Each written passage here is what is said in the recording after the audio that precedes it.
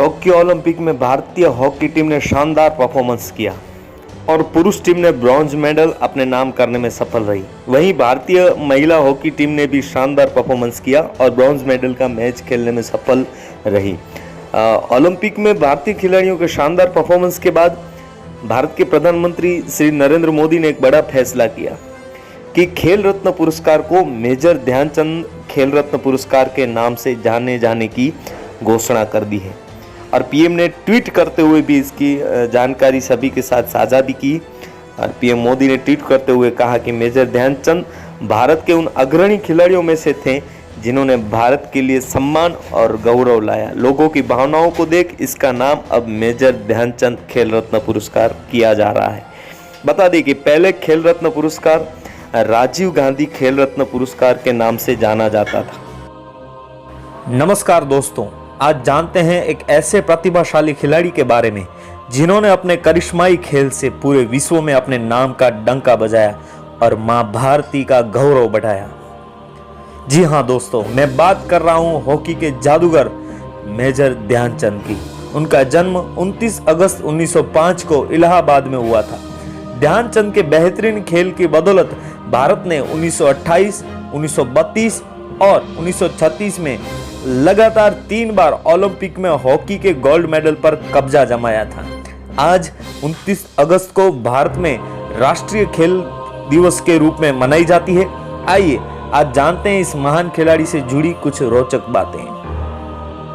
एक राजपूत परिवार में जन्मे, बचपन में कुश्ती से प्यार करने वाले, पहलवान बनने का सपना देखने वाले ये जांबाज खिलाड़ी के किस्मत में एक महान हॉकी खिलाड़ी बनना तय था।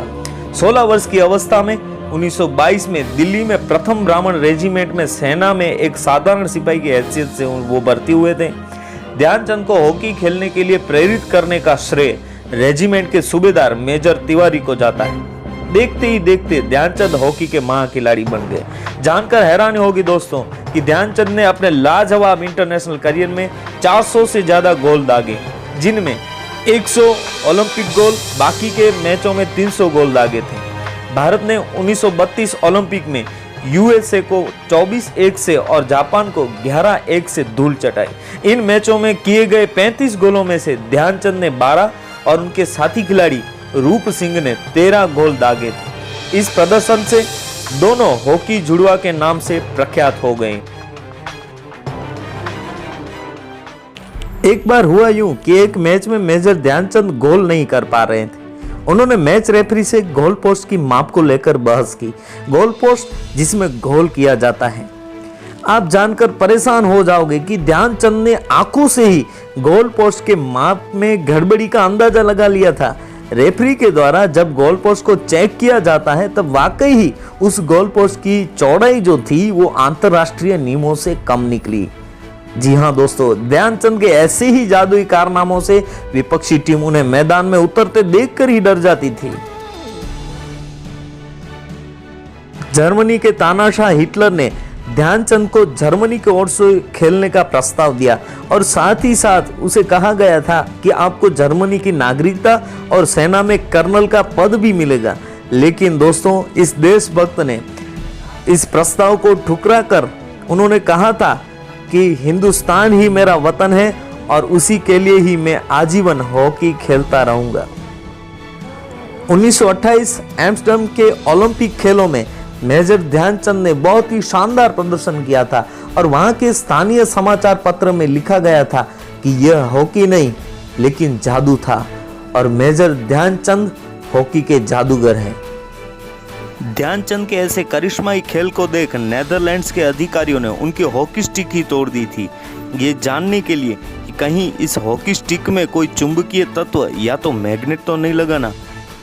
गोल करने की अद्भुत कला से पूरा विश्व उनका फैन था। तो एक तरफ वो 1956 में आर्मी की सेना में मेजर के रूप में भारत मां की सेवा की। भारत सरकार ने भारत का तीसरा सर्वोच्च सम्मान पद्म भूषण से सम्मानित किया। माउंट आबू में भारतीय टीम के कोच रहे थे। बाद में पटियाला के नेशनल इंस्टीट्यूट ऑफ स्पोर्ट में मुख्य हॉकी कोच के रूप में काम किया। जीवन के अंतिम दिनों में वे अपने गांव उत्तर प्रदेश के झांसी में बिताने लगे। हॉकी के जादूगर 3 दिसंबर 1979 को दुनिया को अलविदा कह गए। दोस्तों, खेल से खिलाड़ी की पहचान होती है, लेकिन ध्यानचंद हॉकी का आईना थे। दोस्तों, आज के दिन इस महान खिलाड़ी को याद कर देश प्रेम व्यक्त करें, राष्ट्र गौरव बढ़ाएं। भारत माता की जय। जय हिंद।